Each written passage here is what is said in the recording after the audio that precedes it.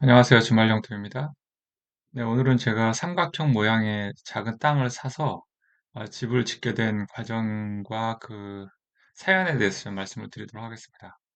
네, 저는 집을 다 졌습니다. 이번에 집을 다 졌고요. 어, 지금 제가 이제 서울에 살고 있는데, 서울에 사는 직장인인데, 은퇴는 몇 년 남았습니다. 직장인이고요. 근데 몇 년 전부터 오도 이촌을 위해서 땅을 좀 보러 다녔습니다. 그 전에는 주말 농장도 몇 년을 했었고, 그다음에 캠핑도 상당히 많이 다녀서 외부에서 뭐 자고 생활하고 하는 것에 익숙합니다. 그래서 그런 걸 워낙 좋아하고 또 가족들도 좋아하기 때문에 이제 은퇴를 앞두고 이제 그 땅을 보러 다닌 거죠. 그래서 어렵게 어렵게 땅을 좀 보러 다니다가 에, 구한 땅이 삼각형 모양입니다. 그림에서 보는 것처럼 모양이 보통 땅을 구할 때는 네모난 반듯한 땅을 원하잖아요. 그리고 평수도 뭐 적당한 뭐 100에서 150평? 뭐 여러 가지 이유가 있겠죠. 여러 가지 이유가 있는데 뭐 땅을 볼 때는 그 조건이 뭐 사실 뭐 수십 가지가 됩니다. 그래서 결론은 쉽게 간단히 얘기하면 뭐 싸고 좋은 땅인데 싸고 좋고 그런 땅을 구한다는 것은 뭐 하늘의 별따기고 나오지도 않습니다. 일단 나오지도 않고 그런 땅이 설사 있다 하면 또 비싸고 그렇습니다. 그래서 아무튼 제가 구한 땅은 100에서 150평.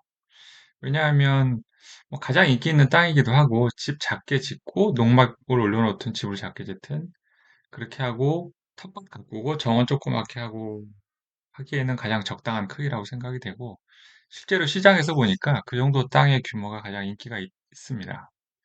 저도 뭐 비슷한 생각을 갖고 있기 때문에 이제 그런 땅을 보러 다닌 거고요. 땅 모양은 앞에서 말씀드렸지만 이제 결국은 삼각형 모양을 사게 됐는데 그 전에는 항상 모양이 대부분 다 네모난 땅이죠. 개발되어 있는 땅.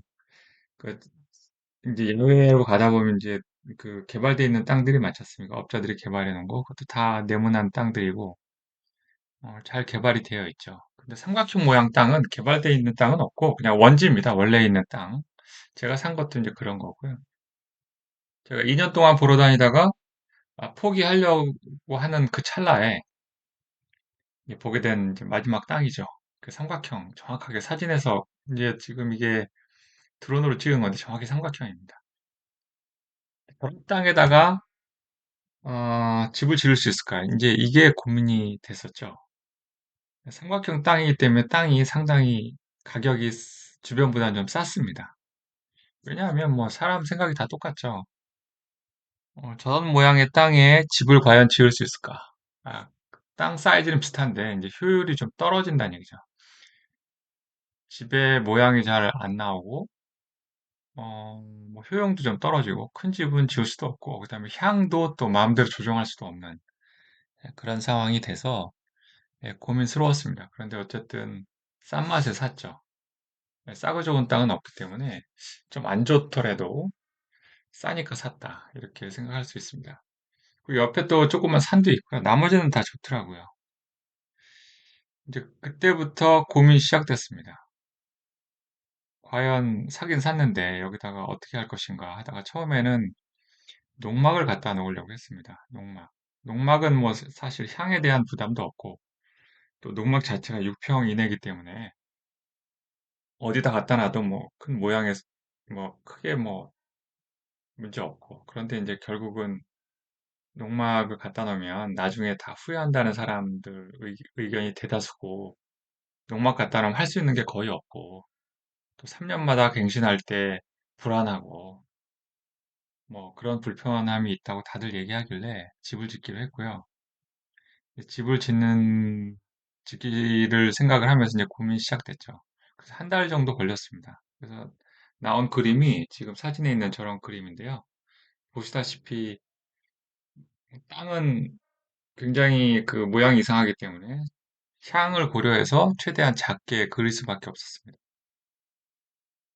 그래서 저런 모양으로 나왔고 앞에 집을 작은 걸 갖다 놓고 앞에 정원과 밭을 하고 뒤는 주차장으로 하자 이런 생각을 하게 됐고요. 10평의 건물이 가장 적절해서 10평의 건물을 놓는 걸로 했는데 큰 집을 원하지도 않았지만 모양상으로 다른 모양이 나오지도 않고요, 크기가. 아무튼 10평으로 하기로 했고, 10평이 근데 너무 작아서 8평을 데크로 하기로 했습니다.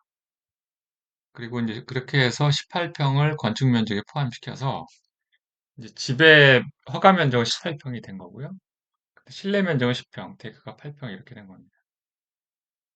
그렇게 해서 설계를 마치고 이제 집을 짓기 시작하죠.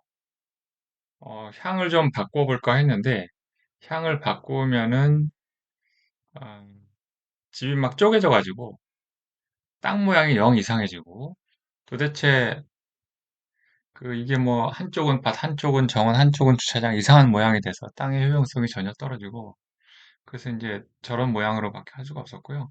지금 동영상에서 보시는 저런 집 모양이 됐습니다. 지금 이제 저렇게 완성된 집 모양인데요. 결론은 지금 생각해 보면 잘 지은 것 같고요. 나름 만족을 하고 있습니다.